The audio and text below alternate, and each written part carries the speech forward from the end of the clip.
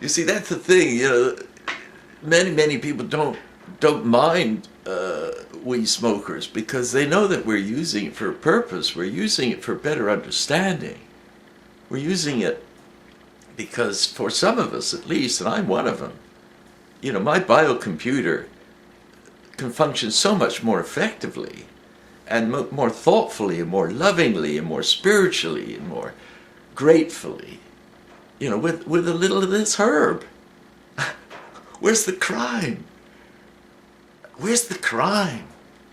I don't sell it. I did once. I'll tell you a story once. Well, I grew some many years ago for the purposes of bringing on a case at the Supreme Court, which I did. That was 1975. I just got back from Mexico. It's very politicized. Anyway, you know that story. Or maybe some of you do. But in any event, what happened was I planted seeds in a friend's garden. I tended them. The plants grew quite nicely. I hadn't much idea about anything really about growing them, but they were coming along very well. And I planted 42 symbolically for every year of my life, which was curious because, I guess that was the answer to all and everything in it.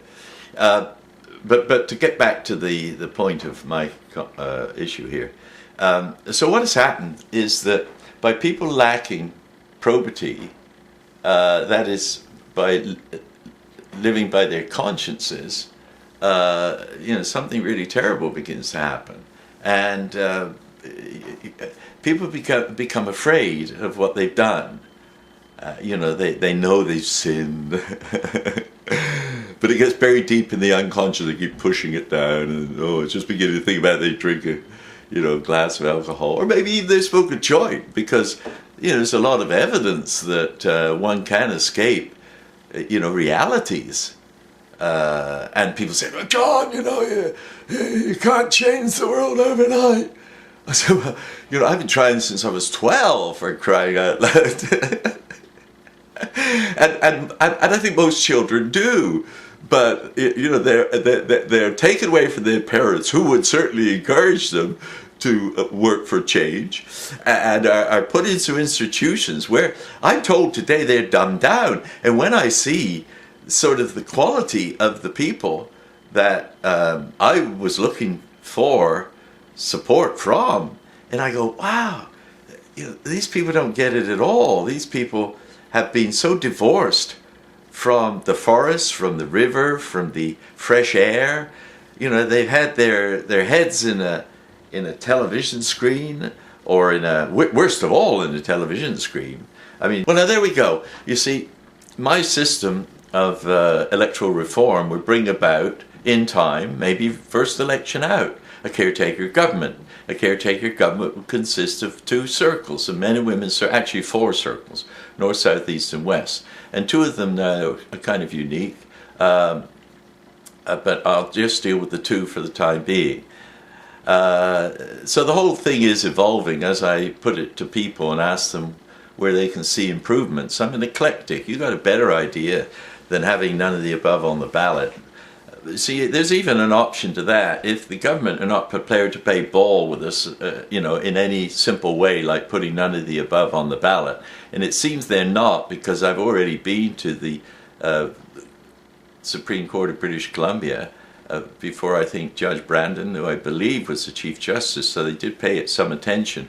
But dirty trick, like that, they sent in the mandarins, or the elected officials, in which case there's serious malfeasance there. In fact, one would question whether there's not malfeasance on the part of the Attorney General's department. So people got to start shaking a little bit in their boots if they're in that dirty tricks game, because although they suspended the what do they call them, the Vice Admiralty Colonial Court, the colonial courts of the Vice Admiral's Colonial Courts, I think it's called. Now you've got to look it up.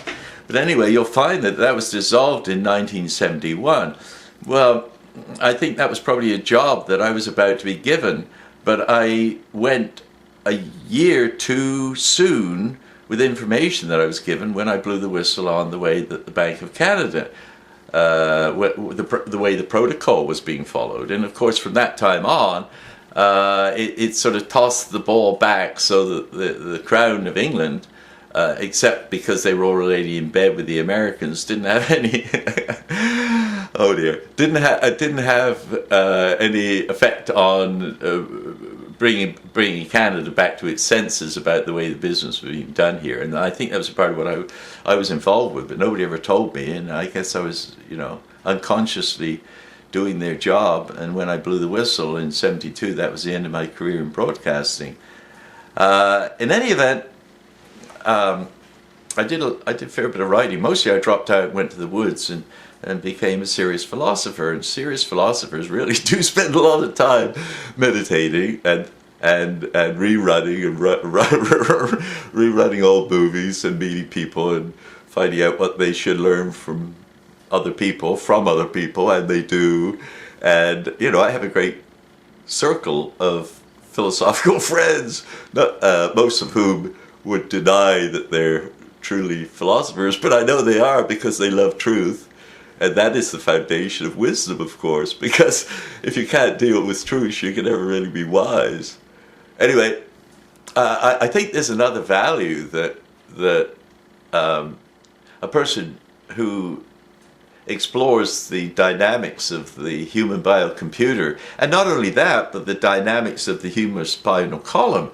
I mean, we have these lovely 7 chakras and 10 fingers and 10 toes and and happy frames of mind if we pursue wisdom, because we begin to see truth for what it is. And I regret very much the passing of George Carlin, but I take issue with his position. Well, no, he was my age, actually. Oddly enough, and in many ways we went through similar traumas of development when the 60s came along. He certainly became a hippie, and I wanted to. I guess he wanted to. We were beatniks, really, in terms of what we learned in our age and coming out of the war and so on. When George said, "Well, I'm just an observer," I guess that was an acknowledgement of really what we all are. But, George had been a committed activist all his born days because he was truly a philosopher. And I miss him a great deal.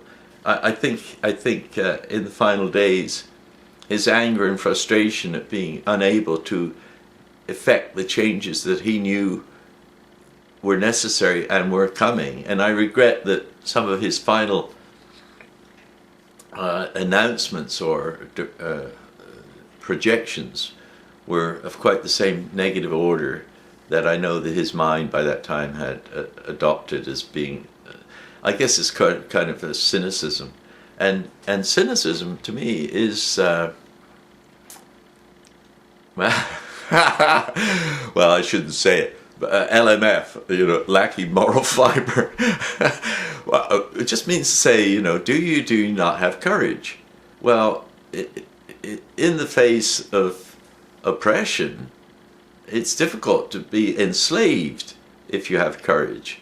You're going to be finding ways to, disenslave yourself. And of course, that's one of the motivators that the people who enslave people believe they're doing good by encouraging people to have to work their asses off to get out of slavery. I mean, what a confused state of mind. When it's all really based on this fraudulent monetary structure.